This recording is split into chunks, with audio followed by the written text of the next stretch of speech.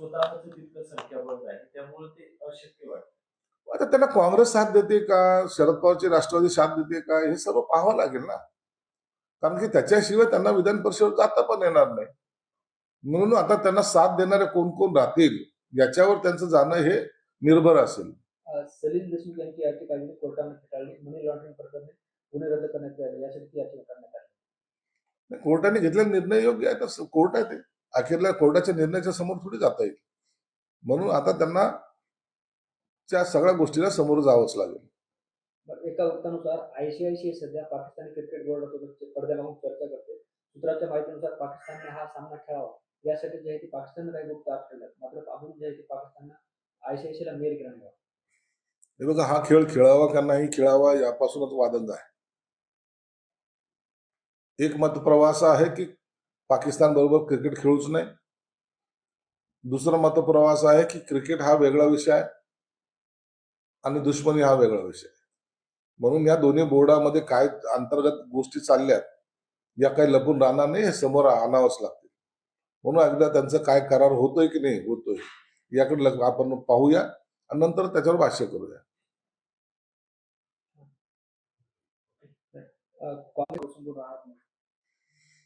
काँग्रेस आता हे महानगरपालिकेची निवडणूक जर पाहिली मुंबईची, त्यांनी स्वबळावर लढवली. अनेक ठिकाणी त्यांच्या कॉर्पोरेशनच्या निवडणुका स्वबळावर लढवलेल्या आहेत. महाविकास आघाडी आता अस्तित्वात राहिलेली नाही. शरद पवार साहेबांबरोबर तर त्यांची जाण्याची बिलकुल इच्छा राहिलेली नाही आणि उभाठाला तर त्यांनी कधीच हद्दपार केलेला आहे. म्हणून काँग्रेसचा आता पुढचा नारा हा स्वबळाचाच असणार आहे. विठू तावडे यांचं अभिनंदन करतो. मराठी महापौर बनावा हा दबाव आमचा होता आणि आम्ही तो दबाव आणला, म्हणूनच मराठी महापौर मुंबईत बसलाय असं संजय. उभाठाचं आता थोडंसं समीकरण बदललेलं आहे, त्यांची मानसिकता बी बदललेली आहे. आपल्याकडे एक म्हण आहे, गिरा भी तो टांग ऊपर. या म्हणीप्रमाणे आता ते उभाटावाले बोलतात. आता मराठी महापौर झालाय, त्यांच्याकडे संख्याबळ नाहीये.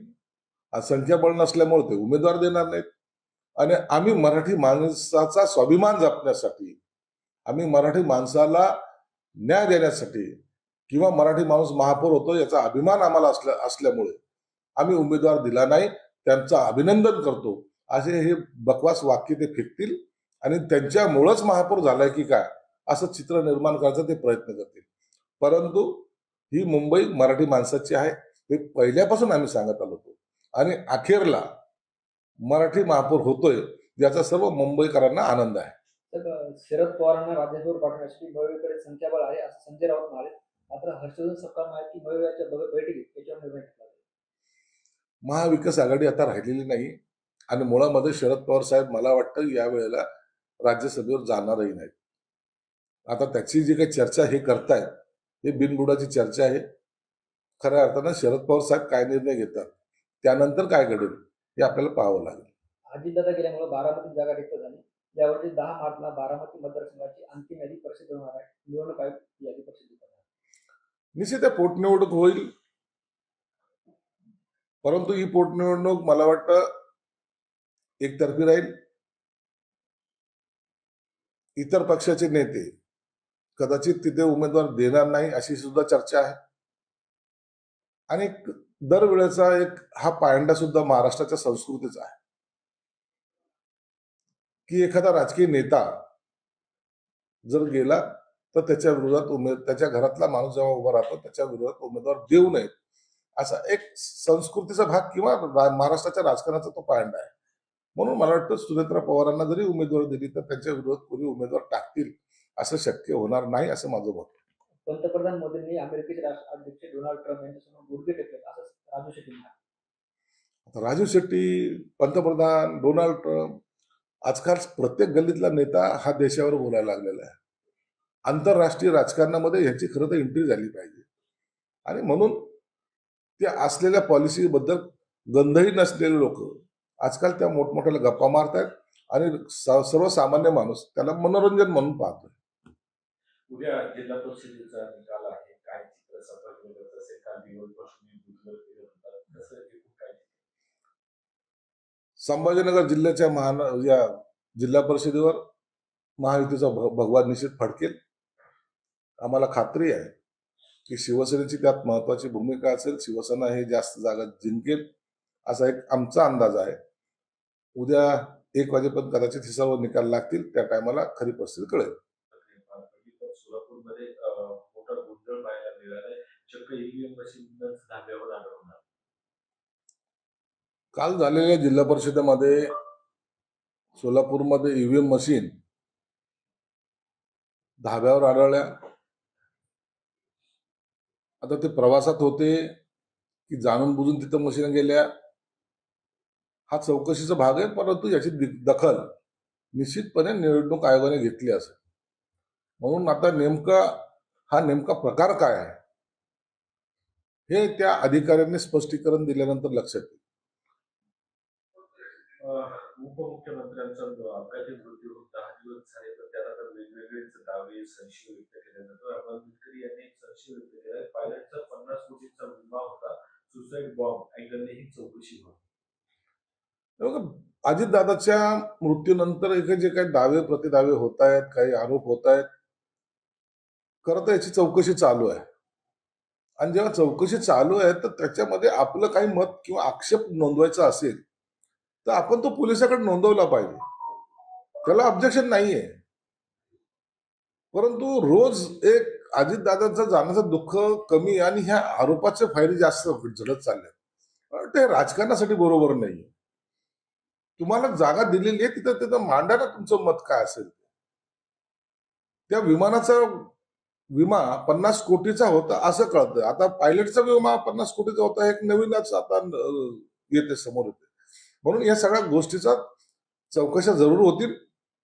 सीआयडी चौकशी करते, आणखीन कोणती एजन्सी चौकशी करत असेल, परंतु आता याच्यासाठी थोडा अवधी लागेल. त्या अवधीनंतरच या सगळ्या गोष्टीचं स्पष्टीकरण होईल. यावर एक आहे सोशल मीडियावर आणि गावखेड्याच्या पारावरच्या ज्या गप्पा जर बघितल्या तर त्याच्यामध्ये अजित पवार जिवंत आहे, ते 10 तारखेला परत येतील, असं म्हणजे सोशल मीडियावर खूप मोठ्या प्रमाणात या सगळ्या मृत्यूचं आपल्याला पाहायला मिळतात. हे बघा, सोशल मीडियावर नेमकं आता कधी काय येईल ना याचा काही भरोसा राहिलेला नाही. काय चर्चा घडतील, कशाच्या बाबतीत घडतील, आणि म्हणून आता हे सोशल मीडियाचा लोन हे सर्वसामान्य माणसाला कन्फ्युजन जास्त करतं. याचाच सगळा खुलासा झालेला आहे.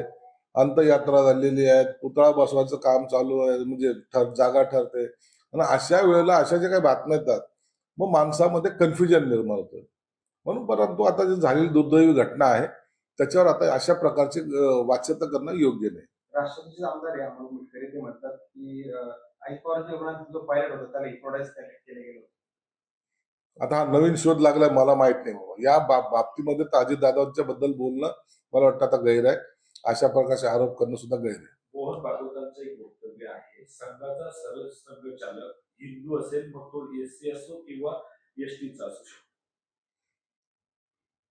संघाचं एक आपलं धोरण असतं, संघाचे निर्णय ते स्वतः घेत असतात, आणि म्हणून त्यांच्या कार्यकारिणीमध्ये काय घडेल, कुणाला करायचं हा त्यांचा प्रश्न आहे. परंतु एवढं मात्र निश्चित आहे की ह्या संघाच्या कार्यकारिणीमध्ये इतरांचा हस्तक्षेप नसतो. संघ हे स्वतंत्र निर्णय घेत असतो. मोहन भागवत असेही म्हणाले की संघ स्वयंसेवक राजकारण करत आहे, मात्र संघ हा राजकीय पक्ष नाही. नाही, हे तर उघड सत्य आहे ना. संघ आणि संघाच्या कार्यकर्त्यांनी राजकारणामध्ये कुणाला मत द्यावं, कुणाला देऊ नये असं त्यांना कोणते निर्बंध नाही. परंतु संघाची शिस्त ही जी काही वेगळी पद्धत आहे त्या पद्धतीला अनुसरूनच त्यांनी काम केलं पाहिजे, हा त्यांचा दंडक असतो. म्हणून संघाचा कार्यकर्ता हा कोणत्या एका पक्षाचा नसतो, कोणत्या एका जाती धर्माला एकच.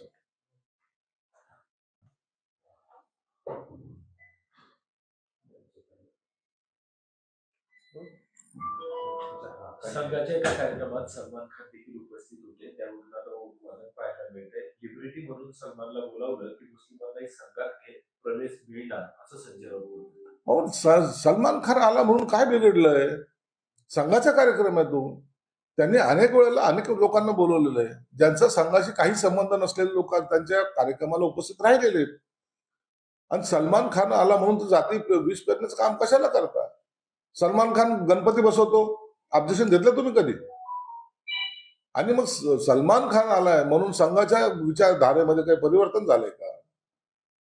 संघ असे मोठ्या काही सेलिब्रिटी असतील, काही महत्वाचे पदाधिकारी असेल, फार राष्ट्रपतीपासून लोकांना त्यांनी बोलवलेलं आहे. म्हणून त्याच्यावर आता आक्षेप घेणं मला वाटतं हे गैर आहे. आणि अशा प्रकारचा मग तुम्हाला जर जातीद्वेष पसरवायचा होता किंवा आहे, तर मग तुम्हाला मुसा तुमच्या मिरवणुकीमध्ये चालतो कसा पाकिस्तानी झेंड्यावर, याचंही उत्तर त्यांनी दिलं पाहिजे ना. 13 मे रोजी विधान परिषदेवर जे आमदार निवडून गेले त्यांचा कार्यकाळ संपतो आहे. माजी मुख्यमंत्री उद्धव ठाकरे हे देखील विधान परिषदेवर गेले होते. मात्र आता पुन्हा त्यांनी विधान परिषदेवर येण्याचा विचार जरी केला तर संख्याबळाची समस्या त्यांच्यासमोर आहे.